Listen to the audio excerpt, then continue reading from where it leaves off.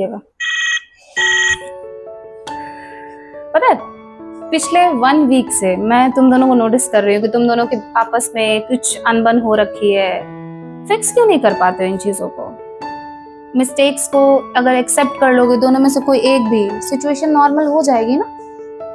अब ये लगता नहीं है कि मैम कह देना आसान है, जिसपे होता है सबसे कॉमन लाइन है बेटा ये कि जिसपे बीतती है ना मैम उसको समझ में आता है कि फिक्स करना आसान है या फिक्स करना मुश्किल है। बेटा कभी ये चीज सोचो, जब तुम लोग छोटे छोटे थे, जब पेंसिल से लिखने की उम्र थी, हमारे लिए तो भाई पेन जब मिल जाता था तो सोचते थे अब हम बड़े हो गए हैं।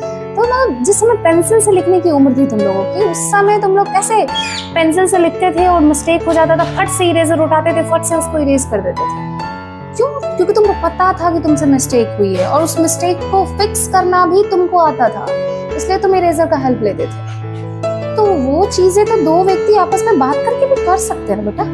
अपने दोस्त को इरेजर बनाओ, खुद को अपने अंदर वो एक्सेप्टेंस रखो कि हाँ मेरे से मिस्टेक हुआ है। अगर सामने वाले से मिस्टेक हुआ है तो तुम इरेजर बन जाओ, सामने वाले को बना दो पेंसिल, या वो चीज जो वो समझ पाए कि हाँ एक्सेप्टेंस है, मेरे से गलती हुई है, यहाँ हम बात करके सुलझा सकते हैं। अभी जैसे बेटे 10th है, 10th के बाद चले जाओगे, अभी 12th वाले बच्चे हैं ना जो लास्ट ईयर गए हैं पढ़ के, उनके साथ क्या है, सबको लगता था सब कुछ यही रह जाएगा, सब रोज एक दूसरे से मिलेंगे, मिल पा रहे हैं? नहीं मिल पाते। क्या आपकी मैम, आप सिंपली सोचो ना, जो आपके सामने इतने अच्छे से इतना टाइम देती है, सुबह स्कूल फिर यहाँ पूरा दिन इसमें जाता है, क्या मैं अपने दोस्तों को टाइम दे पाती हूँ? नहीं दे पाती हूँ।